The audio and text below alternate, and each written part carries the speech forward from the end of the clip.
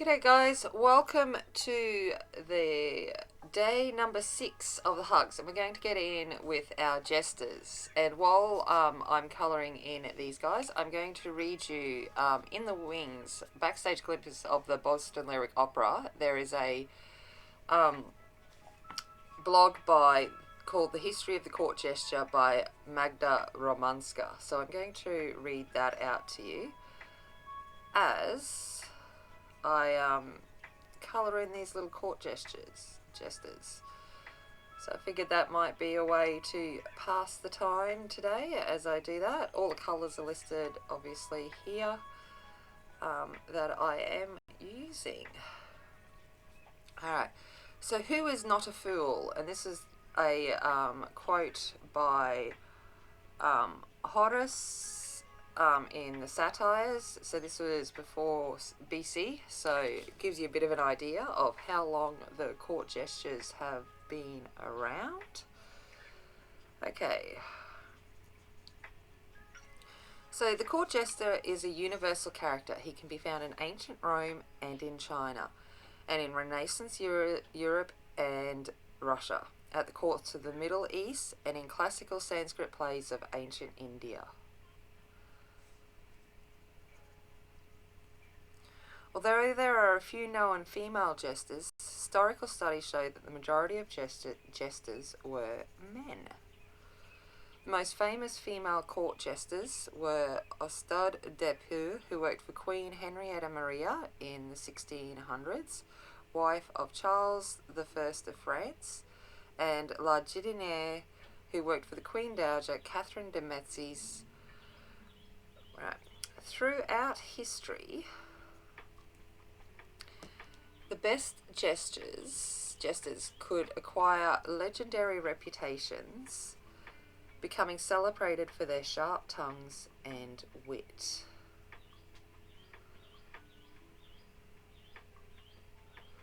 Obviously can't read when I'm doing fine detail work, so you're going to have to bear with little bits of space where I'm just focusing on trying to colour within the lines of these very, very detailed little picture. This one today is probably one of the most detailed ones in this book, so it's going to take a little bit of time.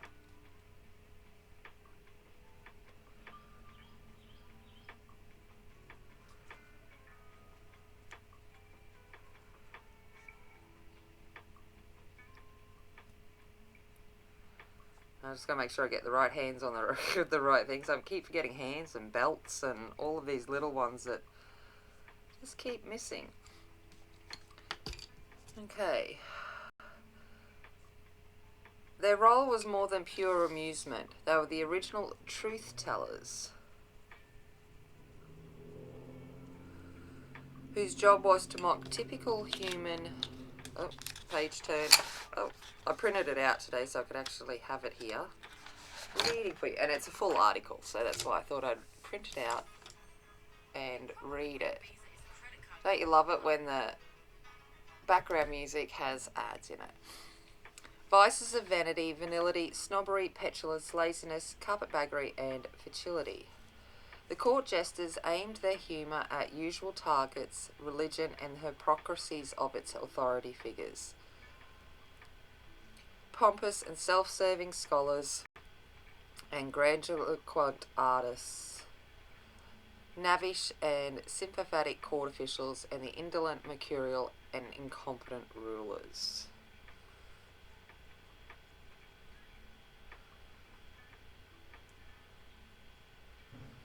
Some nice rosy cheeks.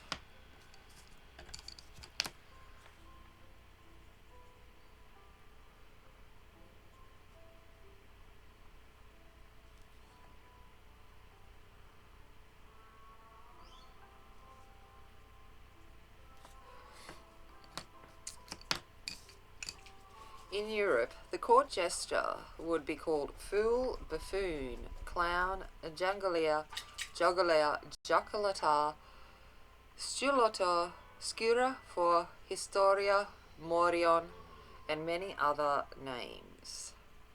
He was the essential fixture of royal courts and master castles.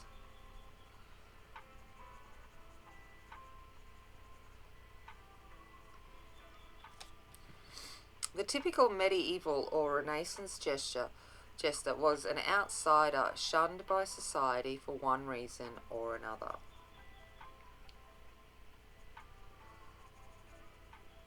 His marginal position put him outside the social framework, but his alienation only sharpened his insight into human nature.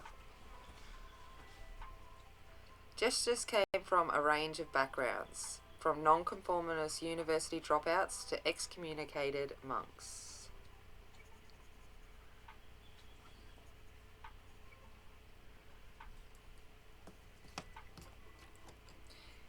In Russia, for example,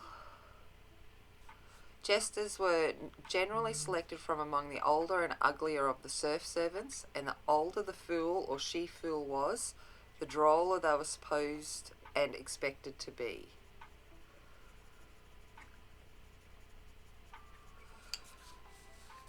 The fool had the right to sit at the table with his master and say whatever came into his head.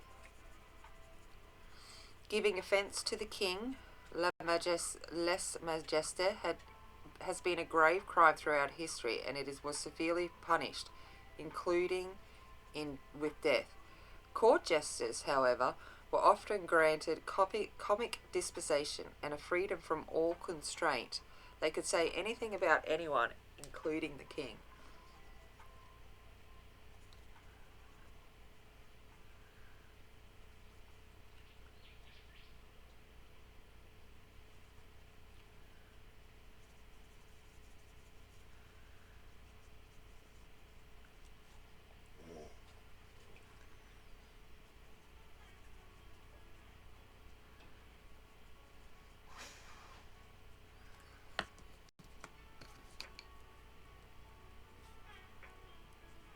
The jester kept the master in check, giving him an honest assessment of his decisions, character, and actions.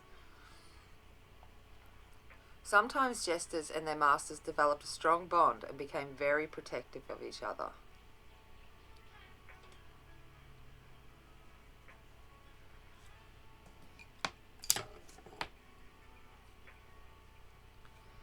Complimenting the fool was seen as complimenting the master.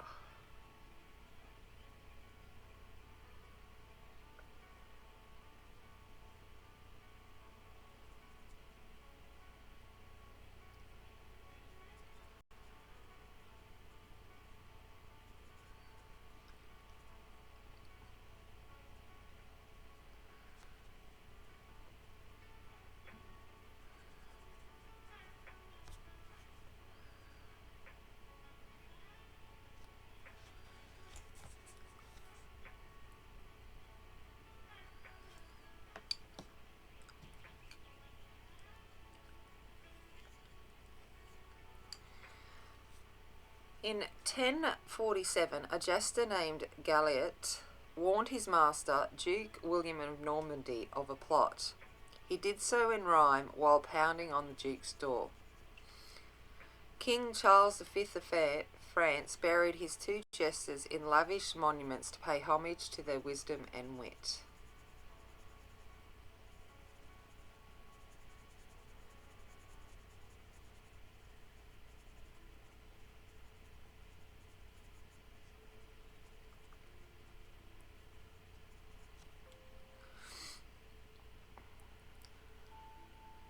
Shakespeare's most iconic scene is that of Hamlet's holding a skull of Yorick, his beloved childhood jester, who's lamenting in his untimely death. Alas, poor Yorick, I knew him. Horatio, a fellow of an infinite jest and of most excellent fancy. I remember actually performing that in a monologue when I was in high school. Oh, wrong hands. Oh. As long as I'm getting hands and they're visible, that's a good start.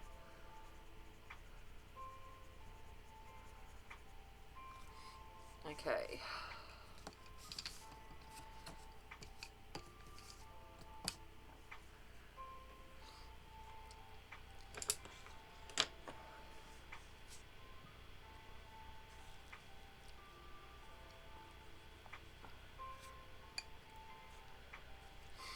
The jester was often represented as the only wise man of the company. Like Feste in Shakespeare's Twelfth Night, he frequently spoke with improvised rhymes and sophisticated riddles, ensuring that the true meaning of his words remained obscure and beyond the understanding of the common folk.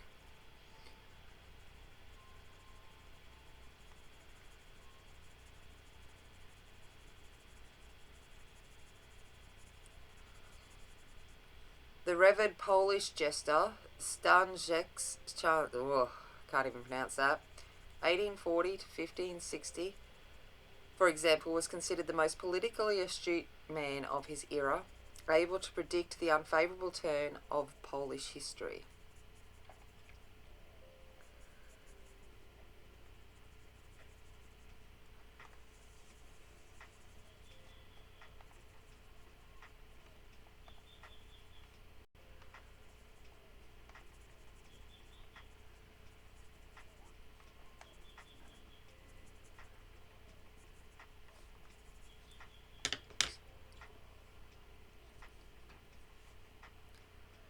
Employed by three kings, Alexander, Sigmund the Old, and Sigmund Augustus, Stanchek is known as a highly intelligent political philosopher who often spoke truth to power. Oh, I forgot his ears. I'll have to go back. That after this.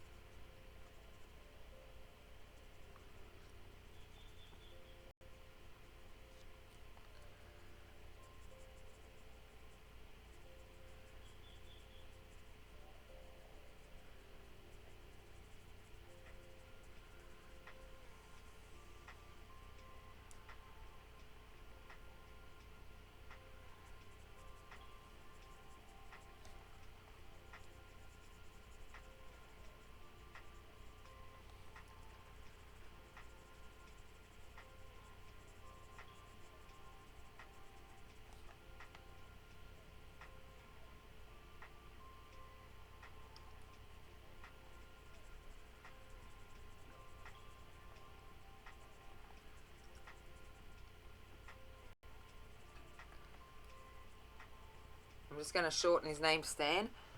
In the most favourite portrait of Stan by Jan Matejko, the jester, his head hanging low, is the only person of the court concerned about the news of the Russians capturing the city of Smolensk in 1514. In Polish literature, Stan is often perceived as the symbolic conscience of the nation. For the jester, however, no matter how exceptional and talented he was, the price of freedom to say anything was social exclusion.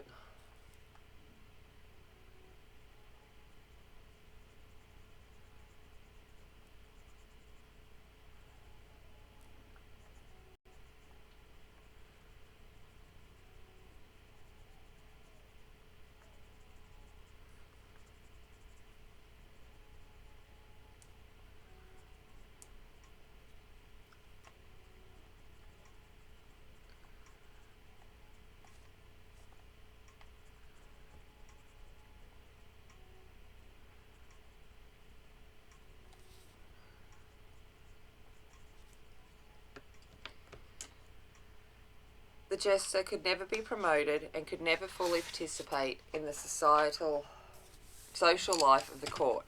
He remained on the margins, an astute observer and biting commenter on social conventions and human follies. Likewise, a court jester was a slave who could never break free of his job. Only the royal ward could release him.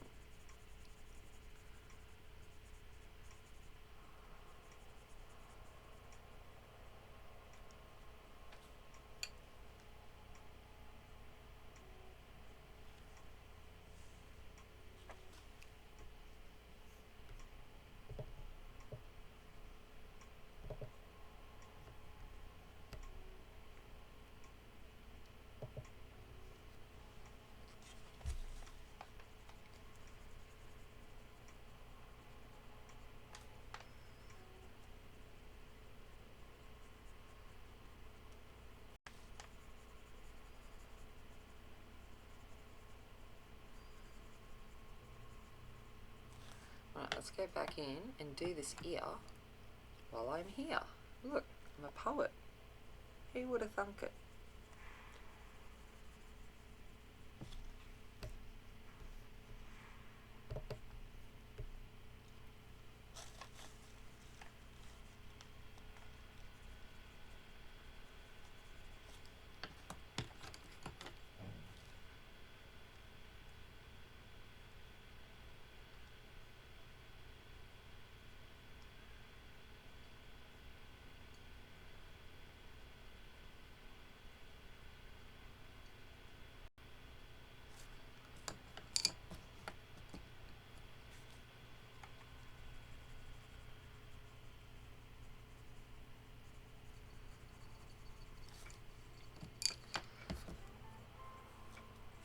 Okay.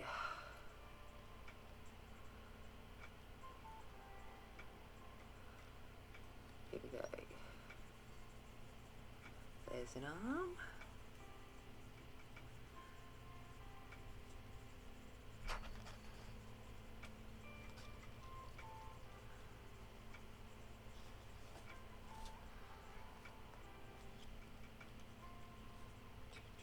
Hello.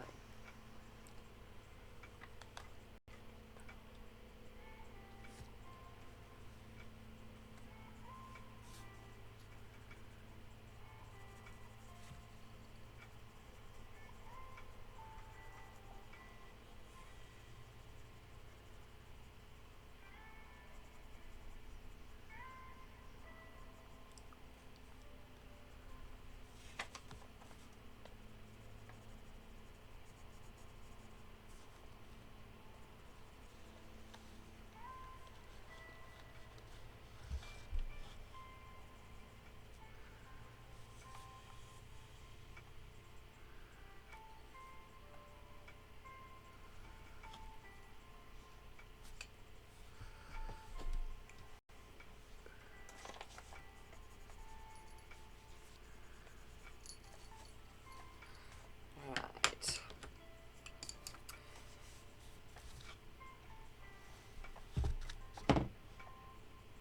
Many jesters were disabled. Hunchbacks like Rigoletto are dwarfs or other handicaps. Since they were ostracized by society, the disabled marginal position offered them an unparalleled vantage point from which to peer into its faults and the necessary detachment from life's passions. A virtual quality in a brilliant jester.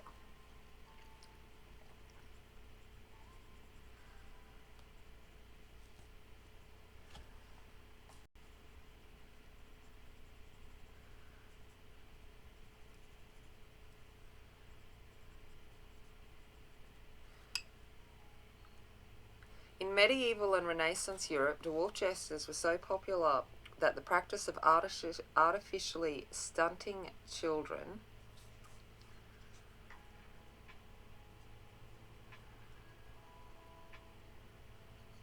became common to keep up with the demand. According to documents from the 1670, dwarfs could be artificially made by anointing baby spines with the grease of bats, moles, and dormice. Other prescriptions advise various medicaments such as the aptly named dwarf elder, knot grass, and daisy juice, and roots mixed with milk to stunt growth.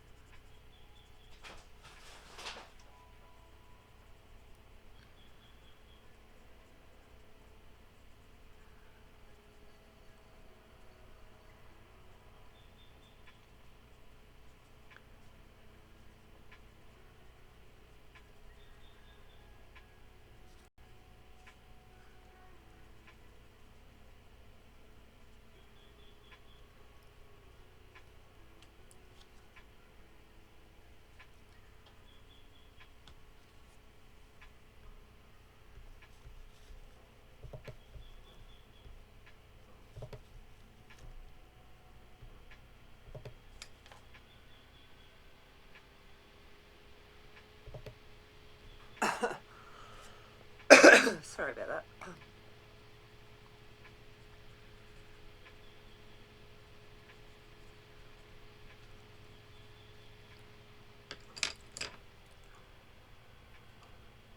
Often, children were kidnapped and turned into artificial dwarfs to be sold as court jesters.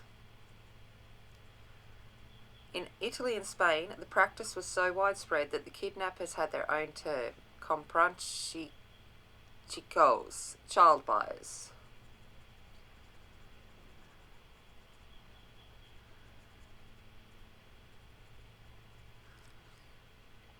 In Shakespeare's A Midsummer's Night Dream in 1600, Lysander talks about it. Get you gone, you dwarf, you minimus of hindering not grass made, you bead, you acorn.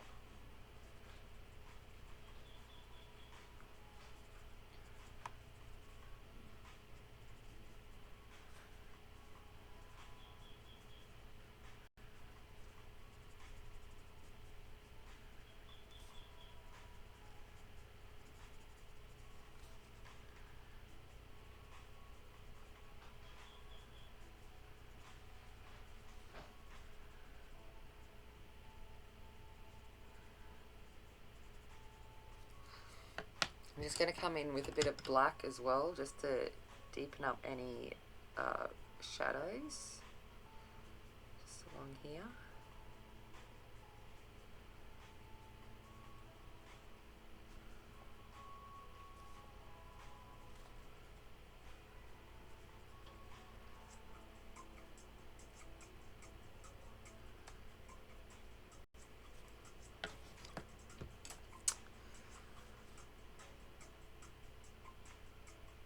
The Hindu book of dramaturgy advises that the best court jesters would be both dwarfs and hunchbacked. The desire to keep dwarves and other freaks at the courts was almost universally viewed as a way to contain their magical capacity for evil. An instinctive fear and a distaste for the developing into the need both to control and appease.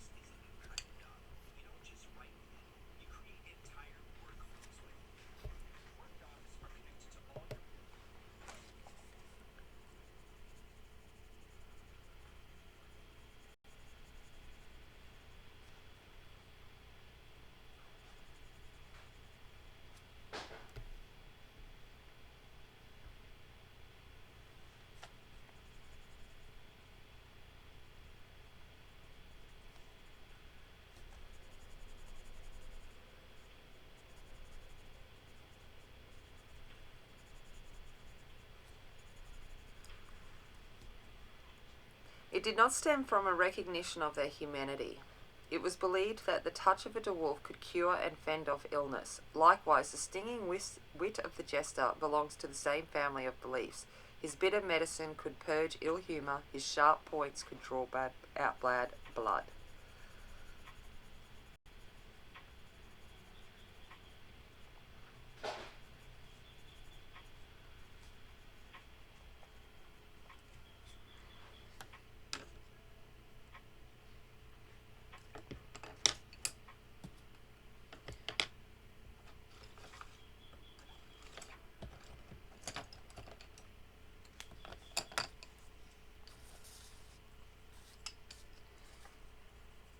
Although the majority of court jesters were picked for their intelligent and quick wit, some who were development challenged with Down syndrome or autism were used for amusement, as their antics were considered a great source of entertainment.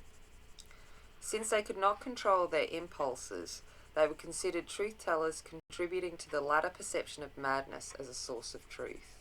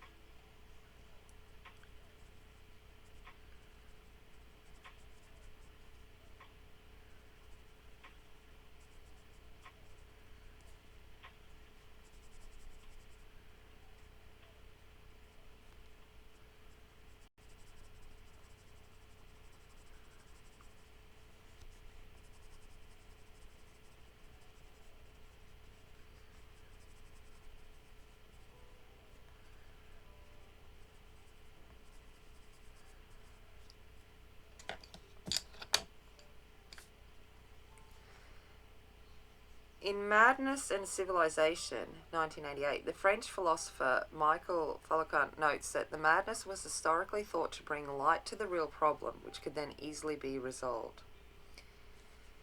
Standing outside of the ethical and hierarchical order of the court, the mentally challenged gestures represented a purging of social consciousness. They were given leeway to point out the follies of the social and political structures.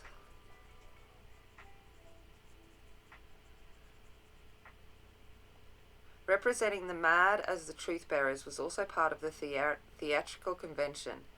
Characters who go mad in Renaissance drama frequently speak more truth and deeper truth than sane. Disabled court gestures served as an important function to correct over-evaluation and to call for a reevaluation of values.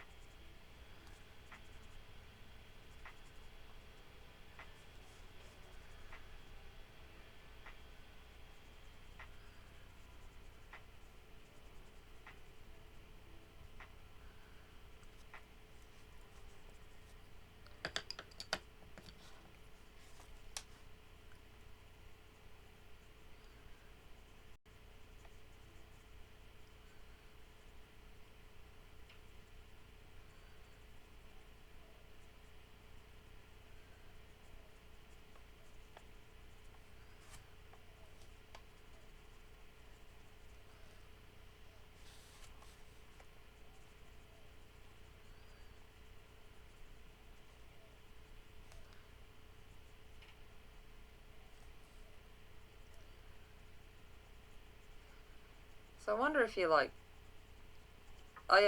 more pity the fool, basically. It's kind of, it's sad that, people that were disadvantaged were put in cases of ridicule. But then there's also, I guess, the opposite of that.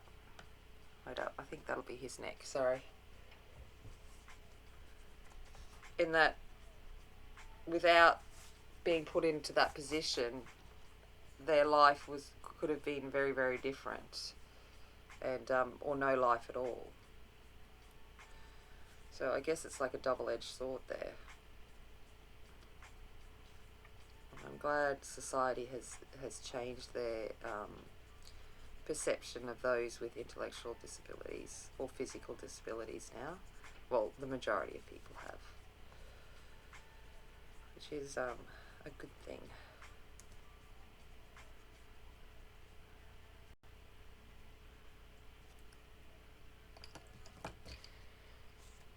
Alright, I'm going to come in with a dark grey, so number 73, instead of black for this blue, for the shading.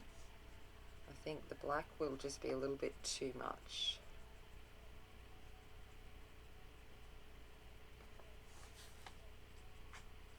So I've used blue and orange here because they're contrasting colours on the colour wheel. So I have used them just to make that little bit of a colourful change in, that they stand out.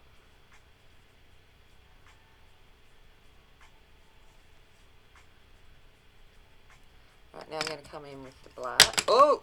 No, I'm going to throw the black around. Why not? And just go over these check lines. So bring them to the make them more obvious. And then I'm also going to use it to kind of blue blacken up his boots, if that makes sense. Good language skills there.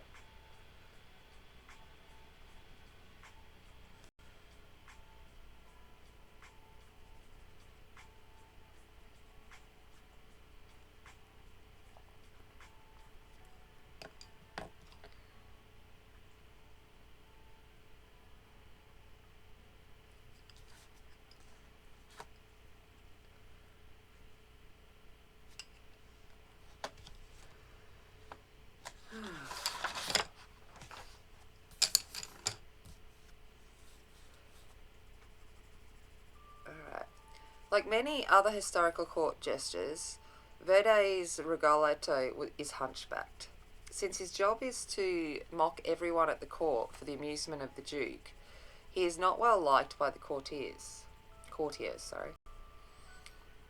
The figure of Rigoletto is based on the real-life jester Triboulet, who suffered from microcephaly, a neurodevelopment disorder, and who served King Louis VII and Francis I of France.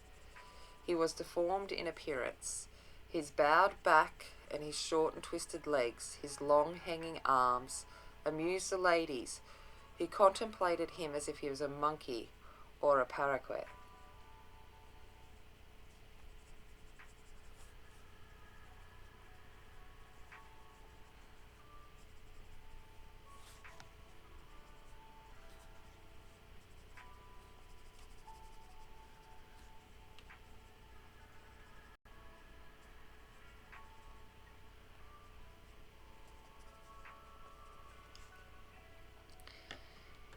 Okay, let's get on to the next colour. We're going to go in and do some greens.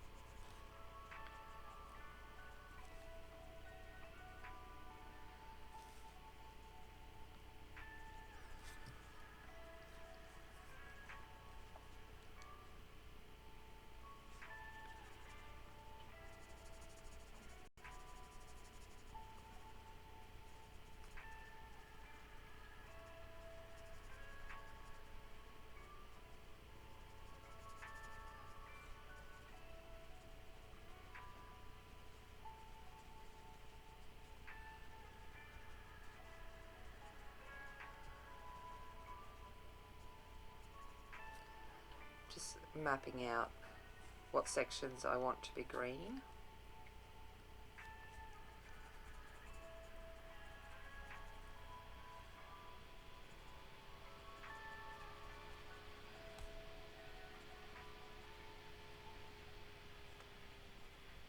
Oh, I forgot his little round neck piece here, so I'm just going to come back and colour that in before I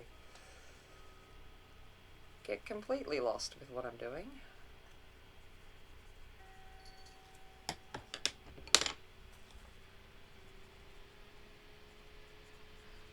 Trying to read while colouring is not an easy skill,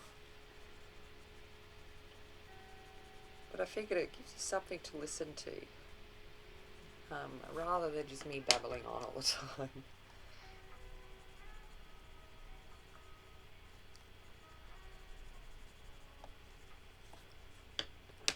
Okay, where are we at? Back to the screen, mapping out the screen.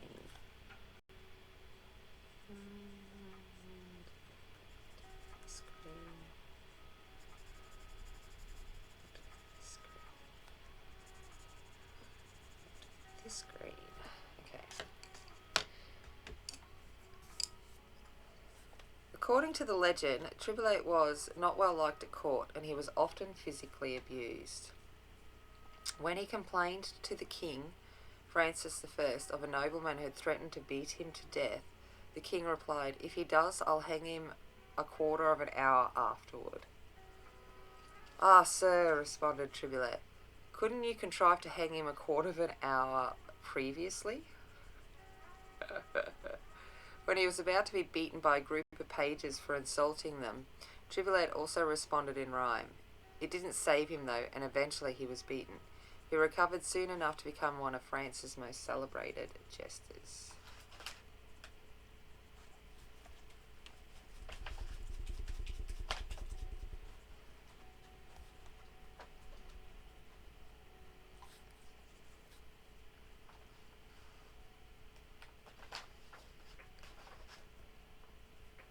I've got a Winchester trying to sleep on a book, on my swatch book. That would be right. Got a whole bed there, but I'm going to try and sleep on that little tiny slither of paper, because that's a much better idea.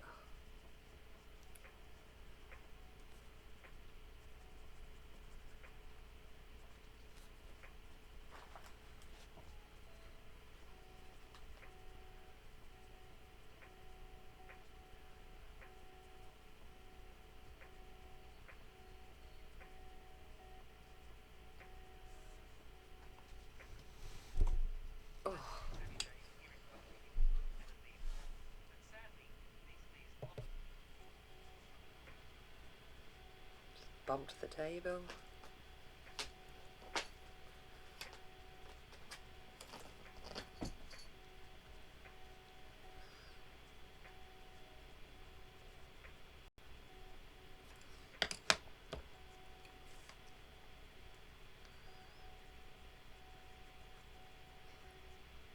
So you'll notice when I do, like, I'm trying to do one colour, I generally try to pick three colours.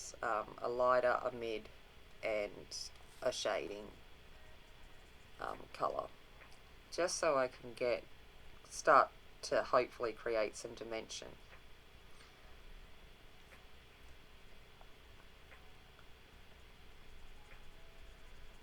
In an image as small as this, I don't want to do any more than that.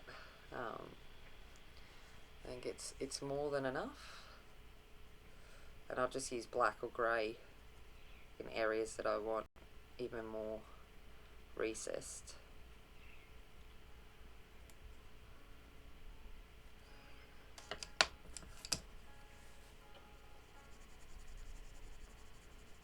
Actually, I'm going to come in with black first.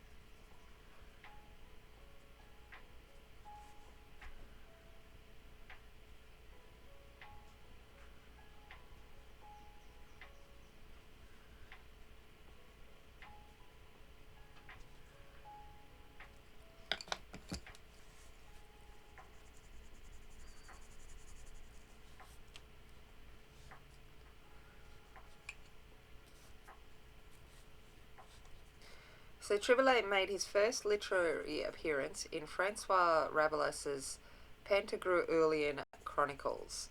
In Victor Hugo's 1832 Le Roi s'amuse, The King Amuses Himself, on which Verdi's Rigolette is based, Tribulate is malicious and mean-spirited.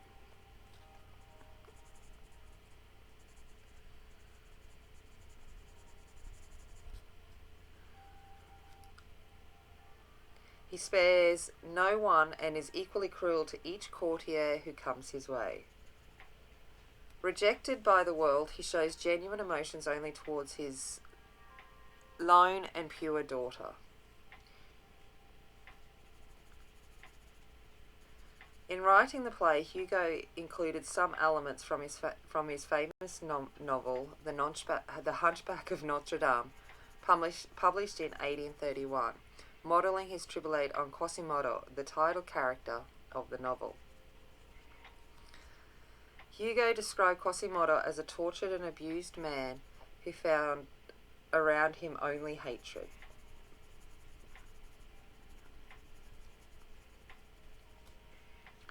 Eventually, in response to the world's malice, he adopted it. He armed himself with the weapons that had wounded him. Upon reading Hugo's Les Roses Amuses, Verde wrote in a letter to a friend that the story is the greatest subject and perhaps the greatest drama of modern times. Tribulette is a creation worthy of Shakespeare.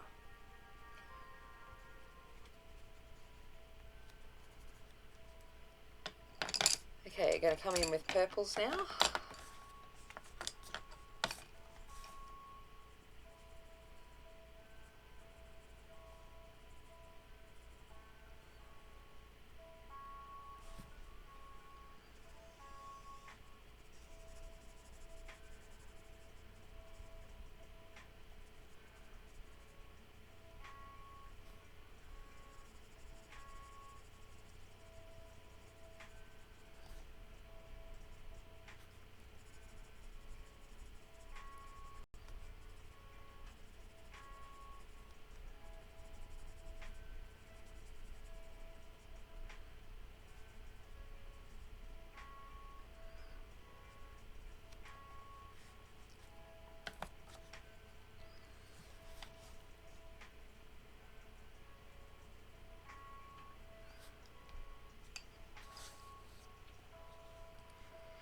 He is one of the greatest creations that the theatre of all countries and all times can boast.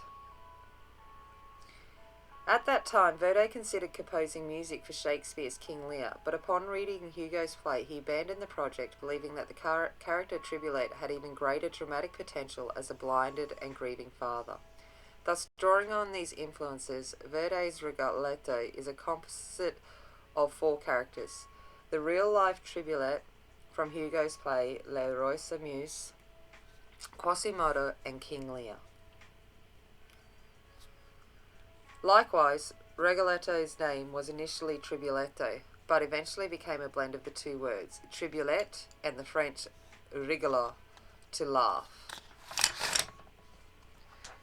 And that is it for the information that I have from that article by Magda. So hopefully it was just something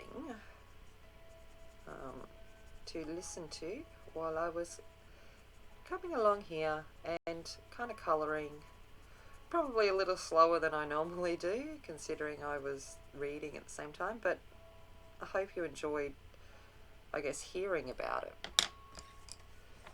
Right, now we got that dark purple. Love this dark purple. I think it's probably going to be, this is number 19, and probably, and it already is one of my shortest Brutfuners. I think after the end of this month I might have to treat myself to another set of square Brutes, because they're such just pretty pencils to look at, you know. And do I need really another set? No, I have a million pencils, but it's I like them, and they're not bad pencils to work with. Alright, let's go back with the lighter.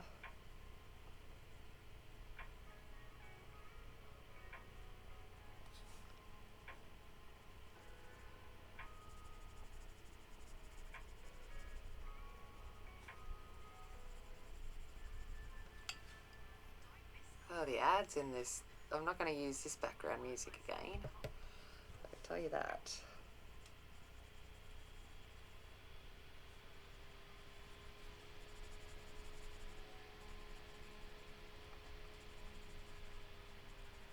It's always hard finding copyright-free music and not playing the same ones over and over and over again. Okay. Oh, we forgot the here. Look. How, you see, this is where you guys must be screaming at me sometimes on this and just be like, you forgot this, you forgot the ear, you forgot the belt. I forgot the belt in one of the images. I think it was the trolls. And I was like, yep, I did indeed forget that belt.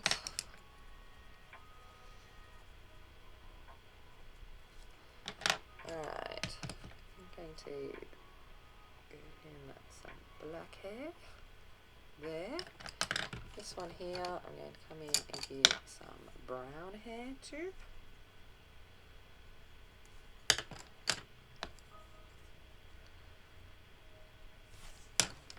There we go.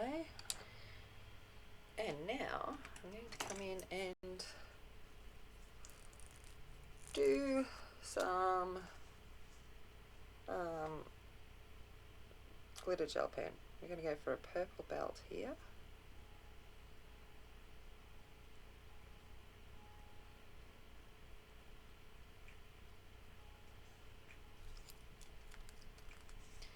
We'll go for a blue belt on this one.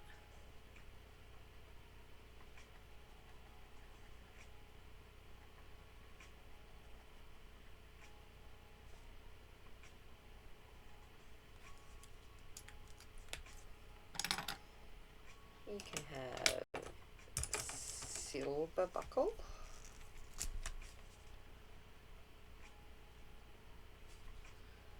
This can be silver too. And he can have silver bells.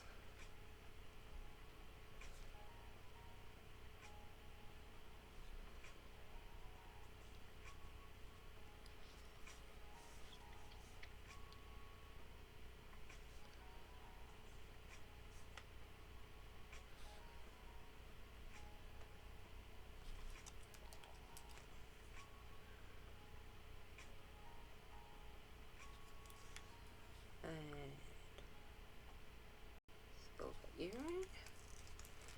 Let's come in here and we might do, don't have, out with me, on me I don't have an orange gel pen. I'm too lazy to go look for one right now, so it's going to be red, which will work just as fine.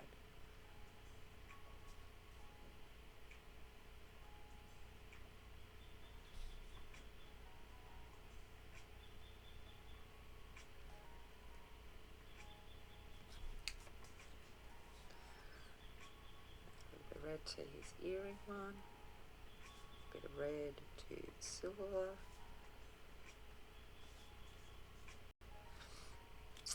okay, and then we might go for, I liked that purple, so we might stick with, no, I'm going to go gold. See, this is the process, I just talk to myself and kind of, because yellow and gold are good contrast colours. Yellow and purple, sorry. I knew what I meant. I'm sure you did too.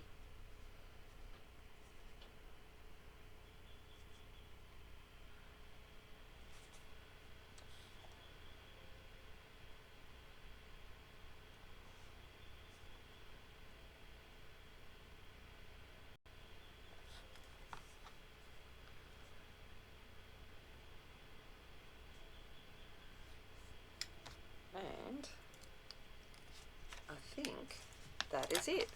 So there we are with day number 6, our little court jesters.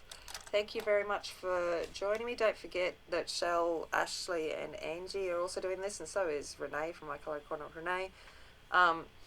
And I've seen so many of you also participating on Instagram, which just fills my heart with joy. I love that we're spreading a little bit of this hug love about. So thank you so much for that. And as always, remember, be kind, be strong, and be a warrior. And I'll see you later. Bye.